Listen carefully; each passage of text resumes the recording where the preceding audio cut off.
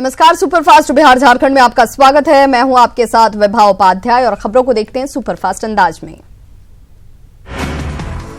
लोकसभा चुनाव के दूसरे चरण के मतदान के लिए आज प्रचार थम गया। 18 अप्रैल को देश भर की 97 सीटों पर वोटिंग होगी। इसमें बिहार की 5 सीटें। 18 अप्रैल को बिहार की भागलपुर, बांका, कटिहार, पूर्णिया और किशनगंज सीट के लिए वोट डाले जाएंगे। लोकसभा के छठे चरण के चुनाव के लिए आज अधिसूचना जारी हुई, जिसके बाद नामांकन पत्र भरा जा सकेगा। 12 मई को 8 सीटों के साथ ही देश भर की 59 सीटों पर वोट डाले जाएंगे। भागलपुर के शाहकुंड अंबेडकर स्टेडियम में बांका के आरजेडी प्रत्याशी जयप्रकाश नारायण यादव के समर्थन में पूर्व मुख्यमंत्री जीतन राम मांझी और वीआईपी के मुकेश सैनी ने चुनावी सभा को संबोधित किया। महागठबंधन के दोनों नेताओं ने केंद्र और राज्य सरकार पर हमला बोला। लोकसभा चुनाव के लिए सीवान में आज से नॉमिनेशन शुरू हो गया। सीवान लोकसभा क्षेत्र के लिए 23 अप्रैल तक नामांकन दाखिल किए जा सकते हैं। शांतिपूर्ण चुनाव संपन्न कराने को लेकर धारा 144 लागू कर दी गई है। गोपालगंज सुरक्षित लोकसभा सीट के लिए आज से नामांकन का दौर शुरू हो गया है। नामांकन की प्रक्रिया 23 अप्रैल तक रोजाना सुबह 11 बजे से लेकर शाम 3 बजे तक चलेगी। महाराजगंज से महागठबंधन प्रत्याशी रणधीर सिंह बड़ी संख्या में अपने समर्थकों के साथ नामांकन दाखिल करने पहुंचे। छपरा समरणालय पहुंचने के साथ ही बाहर उनके समर्थकों में भारी उत्साह देखने को मिला। राष्ट्रीय जनता दल के उम्मीदवार रघुवंश सिंह लाव लश्कर के साथ नामांकन करने के लिए मुजफ्फरपुर कलेक्ट्रेट पहुंचे। रघुवंश सिंह के साथ पार्टी के विधायक रामविचार राय, नंदा राय, मुन्ना यादव और सुरेंद्र यादव भी मौजूद रहे। कटिहार में नवजोत सिंह सिद्धू के विवादित बयान को लेकर सुशील मोदी ने चुनाव आयोग से संज्ञान लेने की अपील की। सुशील मोदी ने कहा कि चुनाव आयोग नवजोत सिंह सिद्धू पर कार्रवाई करे। दरभंगा सीट पर निर्दलीय ताल ठोकने वाले आरजेडी नेता अली अशरफ फातमी को तेजस्वी यादव ने चेतावनी दी है। तेजस्वी ने कहा कि पार्टी विरोधी गतिविधियों की वजह से उन्हें 6 साल के लिए पार्टी से निलंबित किया जा सकता है। सीतामढ़ी समरणालय में आज नामांकन के दौरान उस समय हंगामा मच गया जब निर्दलीय प्रत्याशी माधव चौधरी को उनके नामांकन के बाद हिरासत में ले लिया गया। इसके बाद समर्थकों ने जमकर हंगामा किया। मामला आचार संहिता से उल्लंघन से जुड़ा हुआ है। बक्सर लोकसभा सीट पर एनडीए प्रत्याशी अश्विनी चौबे की राह आसान नहीं दिख रही। ददन पहलवान की माने तो ब्राह्मण मतदाता भी अश्विनी चौबे से नाराज हैं। भागलपुर में 18 अप्रैल को मतदान है, जिसको लेकर जिला स्कूल में मतदान कर्मियों के बीच चुनाव सामग्री का वितरण किया गया। सिर्फ एक काउंटर की व्यवस्था की गई थी, जिसकी वजह से उन्हें परेशानियों का सामना करना पड़ा। पूर्णिया में दूसरे चरण में होने वाले चुनाव को लेकर आज प्रचार थम गया। प्रचार के अंतिम दिन प्रत्याशी जनसंपर्क अभियान में लगे रहे। पूर्णिया में कांग्रेस प्रत्याशी उदय सिंह के प्रचार के अंतिम दिन शहरी क्षेत्र में अपना रोड शो किया और इस मौके पर उदय सिंह अपराध मुक्त पूर्णिया बनाने के लिए लोगों से वोट मांगते हुए नजर आए। लोकसभा चुनाव को लेकर पूर्णिया के कई थाना इलाकों में फ्लैग मार्च निकाला गया। फ्लैग मार्च में बड़ी संख्या में महिला, पुरुष बल और सैन्य बल के शामिल रहे।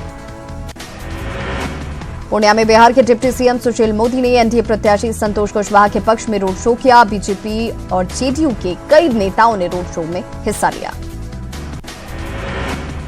डिप्टी सीएम सुशील मोदी ने कांग्रेस अध्यक्ष राहुल गांधी पर मानहानि का केस करने को कहा है। दरअसल 13 अप्रैल को कर्नाटक में एक भाषण के दौरान राहुल गांधी ने मोदी टाइटल को लेकर विवादित बयान दिया था, जिससे सुशील कुमार मोदी काफी आहत हैं। सुशील मोदी की तरफ से राहुल गांधी पर मानहानि का मुकदमा ठोकने के ऐलान पर कांग्रेस ने पलटवार किया। कांग्रेस नेता के माने तो सुशील मोदी ये बयान अनर्गल प्रलाप और विधवा विलाप है।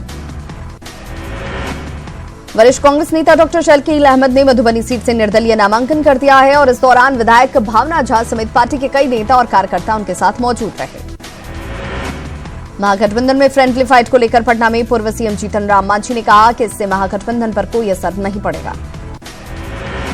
आरजेडी से नाराज फातिमी ने सभी पदों से इस्तीफा दे दिया है और मधुबनी लोकसभा से क्षेत्र से चुनाव लड़ने का ऐलान किया है। फातिमी ने कहा कि वो 18 अप्रैल तक पार्टी के फैसले का इंतजार करेंगे। अगर पार्टी ने निर्णय नहीं लिया तो वे निर्दलीय चुनावी मैदान में उतरेंगे। तेज प्रताप यादव आज 30 साल के हो गए। जन्मदिन के मौके पर उन्हें बधाई देने वालों का तांता लगा हुआ है। तेज प्रताप यादव को उनके छोटे भाई तेजस्वी यादव ने भी बधाई दी। सीवान में बीजेपी के जिला अध्यक्ष मनोज सिंह पर आरोप गठित हुआ है। गौरतलब है कि खाद्य व्यवसायी हरिशंकर सिंह हत्याकांड मामले में बीजेपी जिला अध्यक्ष मनोज सिंह के खिलाफ मुकदमा चल रहा था और उसी मामले में आरोप गठित हुआ है। खगड़िया में वीआईपी पार्टी की ओर से पार्टी का मैनिफेस्टो जारी किया गया। मैनिफेस्टो वीआईपी पार्टी के प्रधान महासचिव छोटेलाल सैनी के द्वारा जारी किया गया, जिसमें गरीब और बेरोजगार लोगों के लिए कई योजनाओं की चर्चा की गई है। शत्रुघ्न सिन्हा की पत्नी पूनम सिन्हा ने आज समाजवादी पार्टी की सदस्यता ग्रहण की। डिंपल यादव ने पूनम सिन्हा को सपा की सदस्यता दिलाई। पूनम सिन्हा लखनऊ से राजनाथ सिंह के खिलाफ चुनावी मैदान में गठबंधन के प्रत्याशी होंगे। रांची के मोरहाबादी मैदान में बीजेपी की ओर से चुनावी सभा का आयोजन किया गया, जिसमें पार्टी कार्यकर्ताओं ने बीजेपी प्रत्याशी संजय सेठ का जोरदार स्वागत किया। रांची के बीजेपी उम्मीदवार संजय सेठ ने पहाड़ी मंदिर और काली मंदिर में पूजा अर्चना की, साथ ही ईश्वर से जीत का आशीर्वाद मांगा। इस मौके पर कई बीजेपी कार्यकर्ता भी मौजूद रहे। धनबाद के बीजेपी उम्मीदवार पीएन सिंह ने सिंदरी में जनसंपर्क अभियान चलाया, साथ ही उन्होंने आम लोगों को बीजेपी सरकार की उपलब्धियों की जानकारी दी। सिंहभूम के बीजेपी उम्मीदवार लक्ष्मण गिलवा नक्सल प्रभावित इलाके में जमकर पसीना बहा रहे हैं। उन्होंने सुदूरवर्ती गांव में जोर शोर से जनसंपर्क अभियान चलाया। हजारीबाग के बीजेपी प्रत्याशी जनसेना ने कांग्रेस प्रत्याशी गोपाल साहू की हार का दावा किया है। उन्होंने कहा कि गोपाल साहू करारी हार के बाद वापस लौट जाएंगे। रांची से कांग्रेस प्रत्याशी सुबोध कांत साय भगवान की शरण में पहुंचे। उन्होंने तमाड़ स्थित प्रसिद्ध दिवड़ी मंदिर में पूजा अर्चना की और मां से जीत का आशीर्वाद मांगा। हजारीबाग के सीपीआई उम्मीदवार भुवनेश्वर मेहता ने जोरदार जीत का दावा किया। उन्होंने कहा कि उनके समर्थन में वामपंथी कार्यकर्ता गांव-गांव में जनसंपर्क अभियान चलाएंगे। राजमहल में लोकसभा चुनाव को लेकर जनसंपर्क अभियान तेज हो गया है। एनडीए के साथ साथ महागठबंधन के घटक दल साझा चुनाव प्रचार में जुटे हुए हैं। सिंहभूम की कांग्रेस प्रत्याशी गीता कोड़ा ने सरायकेला विधानसभा क्षेत्र में जोर शोर से चुनाव प्रचार चलाया, साथ ही गम्हरिया और कांड्रा समेत आदित्यपुर में घर घर जाकर वोट मांगा। सासाराम से हॉरर किलिंग का मामला सामने आया। आरोप है कि सामाजिक प्रतिष्ठा के लिए परिजनों ने अपनी बेटी की गला दबाकर हत्या कर दी। घटना काराकाट के कोपा गांव की है। खगड़िया के परबत्ता थाना के नया गांव शेरोमनी टोला गांव में छापेमारी के दौरान मक्के के खेत से 8 कार्टन विदेशी शराब जब्त किया गया। खेत के मालिक की पहचान कर आगे की कार्रवाई जारी है।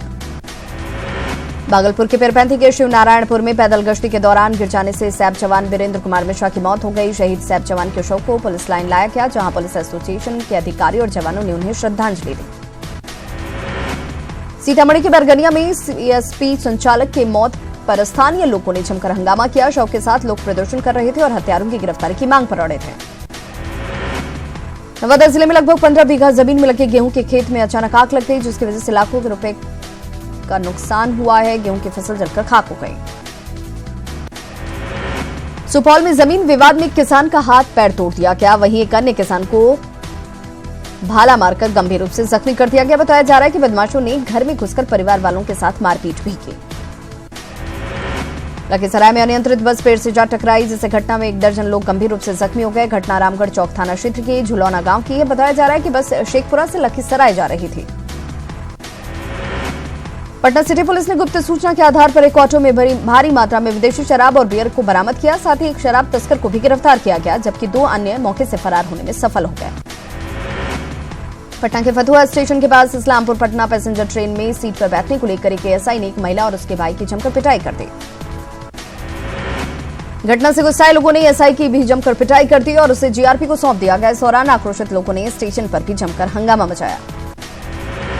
पटना सिटी में एक युवक को गोली मारकर मौत के घाट उतार दिया गया। युवक की पहचान मेहदीगंज थाना के निवासी रोशन के रूप में की गई है। मृतक 3 सालों से पिता से मतभेद के बाद अपनी मां के साथ बजरंगपुरी मोहल्ले में किराए के मकान में रह रहा था।